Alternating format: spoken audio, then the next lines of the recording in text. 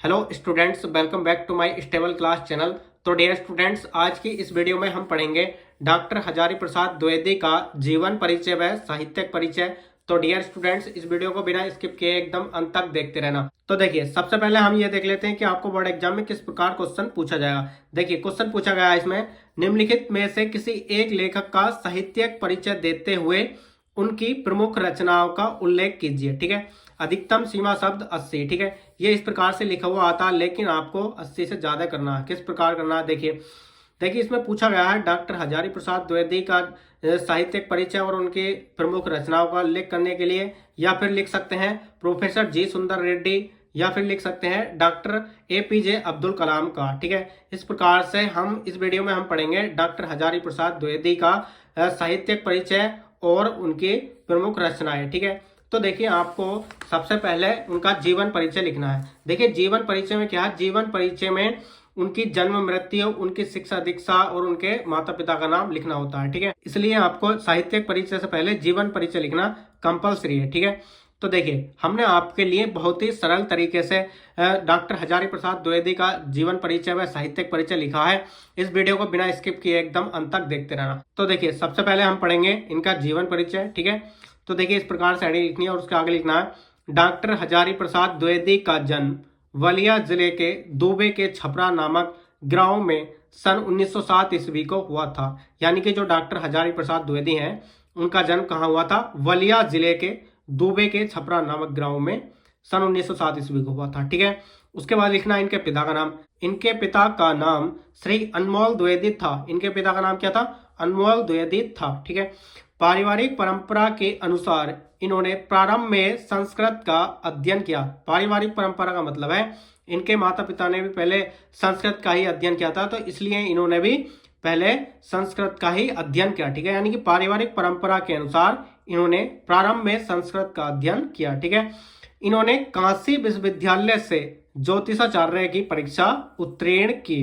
इन्होंने जो है काशी विश्वविद्यालय से ज्योतिषाचार्य की परीक्षा उत्तीर्ण की और लखनऊ विश्वविद्यालय से इनको डीलिट की उपाधि से सम्मानित किया गया। ठीक है, यानी कि इन्होंने काशी विश्वविद्यालय से ज्योतिषाचार्य की परीक्षा उत्तीर्ण की थी और लखनऊ विश्वविद्यालय से डीलिट की उपाधि से सम्मानित किया गया था इनको। ठीक है, उसके बाद आगे देखेंगे, 1957 ईस्वी में भारत सरकार ने पद्म भूषण की उपाधि से विभूषित किया। ठीक है, यानी कि डॉक्टर हजारी प्रसाद द्विवेदी को 1957 ईस्वी में भारत सरकार ने पद्म भूषण की उपाधि से अलंकृत किया या उनको प्रदान की। ठीक है, इस प्रकार से लिख सकते हैं। आगे देखेंगे, 19 मई सन 1979 ईस्वी में रोग से पीड़ित होने के कारण द्विवेदी जी का निधन हो गया। ठीक है, वैसे तो इनकी मृत्यु ब्रेन ट्यूमर की वजह से हुई थी। ठीक है, तो आप सिंपली लिख सकते हैं कि रोग से पीड़ित होने के कारण। ठीक है, तो इस प्रकार से अंत में लिखेंगे 19 मई सन 1979 ईस्वी में रोग से पीड़ित होने के कारण द्विवेदी जी का निधन हो गया। ठीक है, इस प्रकार से लिख सकते हैं।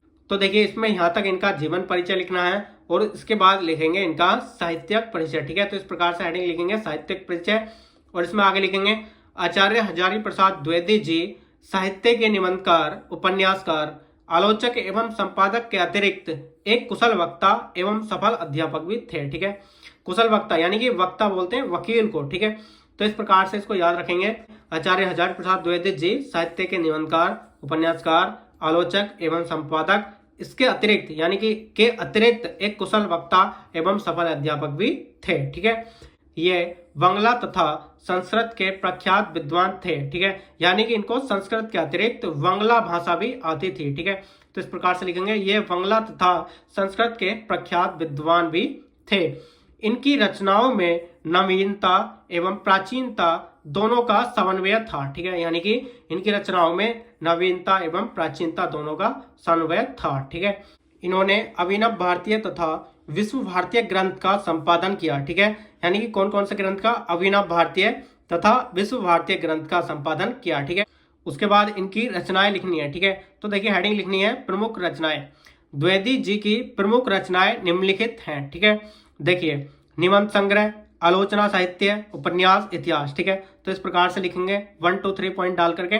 निबंध संग्रह, अशोक के फूल, आलोक पर्व, कुटज आदि। ठीक है, यानी कि जो निबंध संग्रह है इनके, अशोक के फूल, आलोक पर्व, कुटज आदि। ठीक है, आलोचना साहित्य हैं इनके सूरदास, कबीर, साहित्य सहचर आदि, यानी कि इनके आलोचना साहित्य हैं सूरदास, कबीर, साहित्य सहचर आदि। उसके बाद देखिए इनके उपन्यास हैं बाणभट्ट की आत्मकथा, पुनर्नवा आदि। ठीक है।